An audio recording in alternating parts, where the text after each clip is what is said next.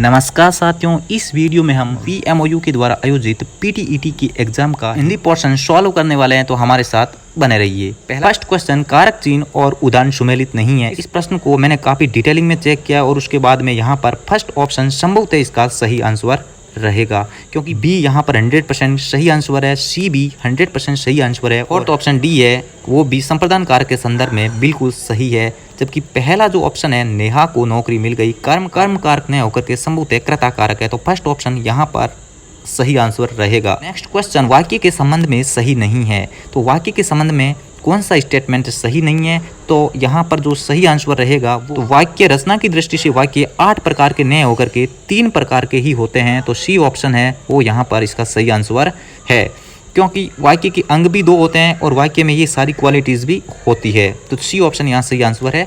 अगला प्रश्न, शब्दकोश से संबंधित असत्य कथन है। शब्दकोश से संबंधित कौन सा कथन है वो असत्य है? तो यहाँ पर मैंने सभी ऑप्शंस को अच्छी तरीके से चेक किया। बी ऑप्शन यहाँ 100% सही है, डी भी यहाँ पर सही है और सी ऑप्शन भी यहाँ पर सही है। तो यहाँ पर जो गलत ऑप्शन होगा वो होगा ए। यहाँ पर इसका जो सही आंसर रहेगा वो फर्स्ट ऑप्शन संभवतः यहाँ इसका सही आंसर रहेगा, क्योंकि बी, सी और डी यहाँ पर 100% सही है। हो सकता है इस प्रश्न में आपको बोनस अंक भी मिल जाए।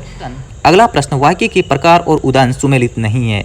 तो यहाँ पहला ऑप्शन है, यदि राकेश समय पर स्टेशन जाता तो गाड़ी मिल जाती। यह संदेहार्थक वाक्य नहीं होकर कंडीशनल सेंटेंस है, तो पहला ऑप्शन इसके संदर्भ में गलत है। तो बाकी सभी ऑप्शन इस प्रश्न के संदर्भ में सही है। जो प्रश्न है, जातिवाचक संज्ञा का विकल्प है। जातिवाचक संज्ञा का जो विकल्प है वह कौन सा है? मिठास, मधुरता भाववाचक में आ जाती है। जयपुर एक प्रॉपर नाउन है तो व्यक्तिवाचक संज्ञा में आ जाता है। जबकि डी ऑप्शन की बात करते हैं, कामधेनु, यह भी व्यक्तिवाचक संज्ञा में ही आता है। यहाँ पर बी ऑप्शन इसका सही आंसर रहेगा, क्योंकि कक्षा, सेना ये दोनों समूहवाचक संज्ञा के अंतर्गत आती है, जो कि जातिवाचक संज्ञा का ही एक भाग होता है। वैसे मोटे तौर पे देखें तो संज्ञा को 3 पार्ट में ही डिवाइडेड किया जाता है, लेकिन ये जो पार्ट है समूहवाचक, ये जातिवाचक के अंतर्गत ही आते हैं। तो यहाँ बी ऑप्शन सही आंसर रहेगा। अगला प्रश्न, सुमेलित नहीं है, यानी सर्वनाम के संदर्भ में कौन सा जो ऑप्शन है वो सही नहीं है? पहला ऑप्शन सही है, दूसरा भी सही है, जबकि तीसरा ऑप्शन जो निश्चयवाचक सर्वनाम है कोई और कुछ, यह निश्चयवाचक नहीं होकर के अनिश्चयवाचक सर्वनाम है। सी ऑप्शन यहाँ सुमेलित नहीं है, तो यही सही आंसर रहेगा। अगला प्रश्न, संयुक्त क्रिया का उदाहरण है। संयुक्त क्रिया जिसमें 2 क्रिया युक्त होकर के 2 क्रिया मिलकर के सेंटेंस का, उस वाक्य का निर्माण किया जाता है। पर तीसरा ऑप्शन अध्यापक विद्यार्थी को योग अभ्यास की सीख दे रहा है, सही आंसर है। अगला प्रश्न, वर्णमाला संबंधित सही सुमेलित विकल्प है। वर्णमाला से संबंधित कौन सा विकल्प है वो सही है? तो यहाँ पर फर्स्ट ऑप्शन मूर्धन्य ड और ड दोनों सही है, और इसके चौथा ऑप्शन विवृत स्वर आ, ये भी इसके संदर्भ में सही है। तो यहाँ पर फर्स्ट ऑप्शन और फोर्थ ऑप्शन दोनों सही है, तो इस प्रश्न में आपको बोनस अंक मिल सकता है।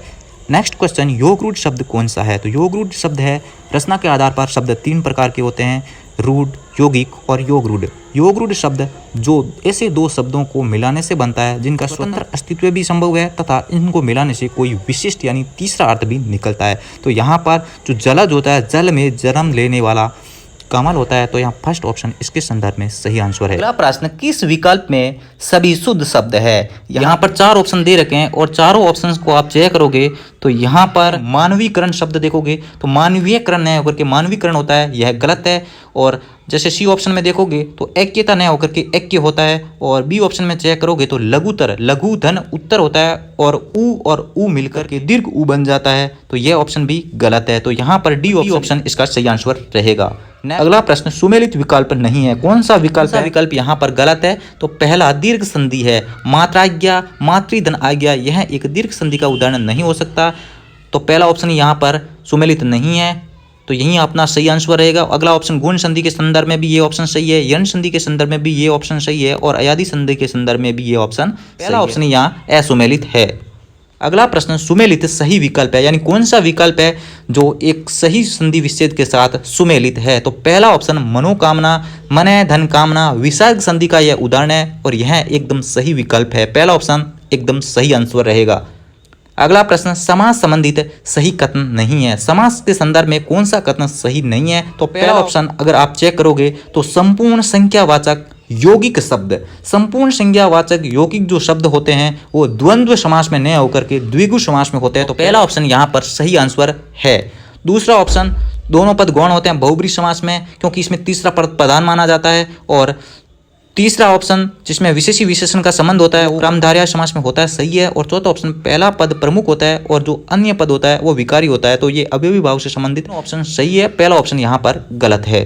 अगला प्रश्न, कौन सा सुमेलित नहीं है? तो यहाँ पर 4 समास दे रखे हैं और इनमें से कौन सा सुमेलित नहीं है, समास से संबंधित उनका कौन सा उदाहरण है वो सुमेलित नहीं है। तो यहाँ पर पहला ऑप्शन भी सुमेलित नहीं है और चौथा ऑप्शन भी सुमेलित नहीं है। तो इसके जो 2 आंसर रहेंगे, पहला ऑप्शन ए और डी, क्योंकि जो राजेंद्र और देवार्षि है ये बहुब्रीहि समास के उदाहरण है। और यह समास की बात करें तो त्रिनेत्र और चतुर्भुज यह बहुब्रीहि समास में ही आते हैं, जबकि इसका अर्थ संख्या के हिसाब से द्विगु समास में आप ले सकते हो, लेकिन इनका तीसरा अर्थ निकलता है। इसी स्थिति में आप इसको बहुब्रीहि समास में ही रख सकते हो। तो यहाँ के जो सही आंसर है वो 2 है, ए और डी। अगला प्रश्न, सार्वनामिक विशेषण का उदाहरण है, तो यहाँ पर बी ऑप्शन वह क्रिकेट खेल रहा है, इसका सही आंसर है। अगला प्रश्न, अविकारी शब्द नहीं है। अविकारी शब्द वे होते हैं जिनका संज्ञा सर्वनाम और विशेषण का उन पर कोई प्रभाव नहीं पड़ता है, यानी उनमें किसी भी प्रकार का कोई चेंजेज नहीं होता है। तो यहाँ पर क्रिया होती है वो चेंजेज होती है, यानी यह अविकारी शब्द नहीं हो सकती। बी ऑप्शन यहाँ सही आंसर है। अगला प्रश्न, मुहावरा और अर्थ सुमेलित नहीं है। कौन से ऑप्शन में मुहावरे से संबंधित उसका अर्थ है वो सही नहीं है, यानी गलत अर्थ है। यहाँ पर बी ऑप्शन है, गुलर का फूल होना दुर्लभ वस्तु न होकर के अदृश्य हो जाना होता है, तो यहाँ बी ऑप्शन सुमेलित नहीं है। जबकि पहला ऑप्शन कमर तोड़ना, अंधे की लकड़ी और दांत कटी रोटी होना, ये तीनों ऑप्शन सही है। अगला जो प्रश्न है वो है लोकोक्ति है। लोकोक्ति के संदर्भ में यहाँ पर डी ऑप्शन आगे नात न पीछे पगहा, यह एक लोकोक्ति है, तो यहाँ पर डी ऑप्शन सही आंसर है।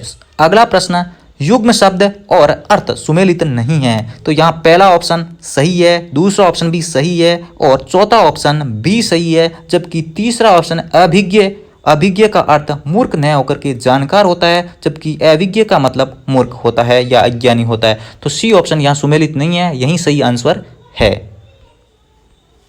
अगला प्रश्न, विलोम शब्द सुमेलित नहीं है। कौन सा विलोम शब्द सुमेलित नहीं है? तो पहला ऑप्शन जंगम स्थावर सुमेलित है, आधुनिक आवर्चन ये भी है, और तीसरा ऑप्शन पाश्चात्य और परावर्त्य ये भी सुमेलित है, जबकि चौथा ऑप्शन राग का विराग न होकर के राग का जो विलोम शब्द होता है वो होता है द्वेष।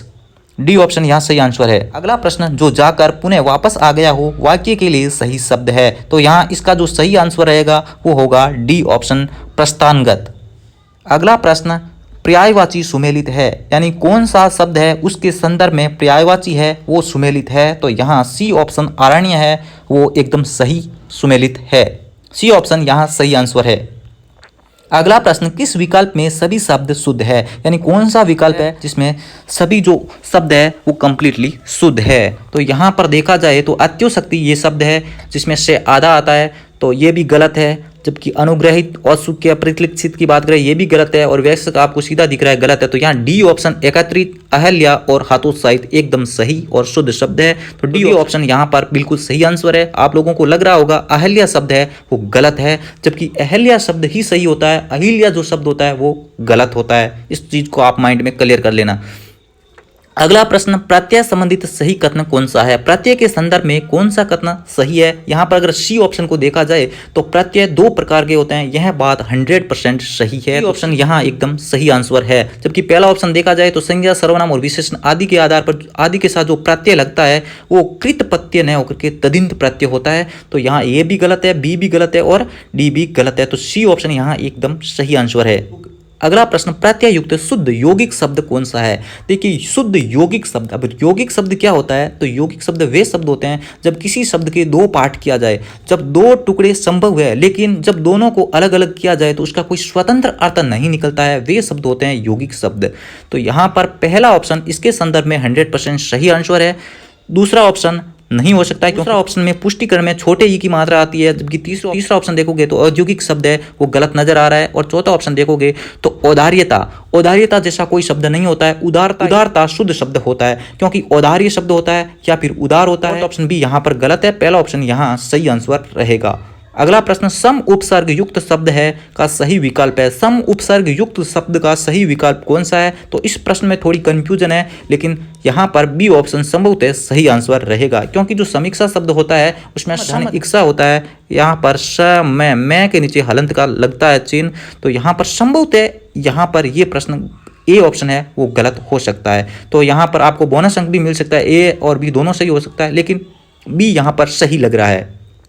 अगला प्रश्न अन उपसर्ग युक्त शब्द नहीं है। अन उपसर्ग जैसे अनंत, अन धन अंत सही है। अनुत्तर यानी अन धन उत्तर ये भी सही है। जबकि तीसरा ऑप्शन देखोगे तो अनुदित, यहाँ पर दीर्घ उ लगा हुआ है और दीर्घ संधि का भी यहाँ पर योग होता है, तो अनु धन उदित यहाँ पर तीसरा ऑप्शन है, सी ऑप्शन है, यहाँ पर इसका सही आंसर है। जबकि चौथा ऑप्शन अन धन उर्वर ये भी इसके संदर्भ में सही है, तो तीसरा ऑप्शन है वो गलत है। अगला प्रश्न पारिभाषिक शब्दावली और अर्थ सुमेलित नहीं है।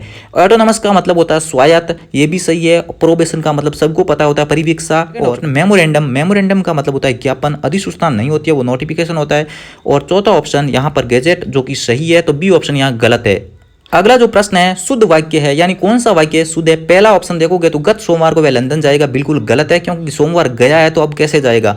बी ऑप्शन भी गलत है। सी ऑप्शन यहाँ पर न्यायाधीश ने हत्यारे को मृत्युदंड दिया, ये सही ऑप्शन, सी ऑप्शन यहाँ पर सही आंसर रहेगा। और चौथा ऑप्शन रेडियो की उत्पत्ति किसने की? तो उत्पत्ति कोई होती नहीं है, रेडियो की खोज की जाती है, तो यहाँ पर सी ऑप्शन इसका 100% सही आंसर रहेगा। अगला जो प्रश्न है विराम चिन्ह परिचय सुमेलित नहीं है, तो यहाँ पर पहला ही ऑप्शन अल्प विराम, ये ऑप्शन गलत है। अल्प विराम का जो चिन्ह होता है वो इस प्रकार का होता है। तो दोस्तों वीडियो देखने के लिए बहुत बहुत धन्यवाद। वीडियो अच्छा लगा तो लाइक बटन को हिट करते हुए चैनल को शेयर और सब्सक्राइब कर दीजिए। फिर मिलते हैं एक नए वीडियो के साथ, तब तक के लिए जय हिंद, वंदे मातरम।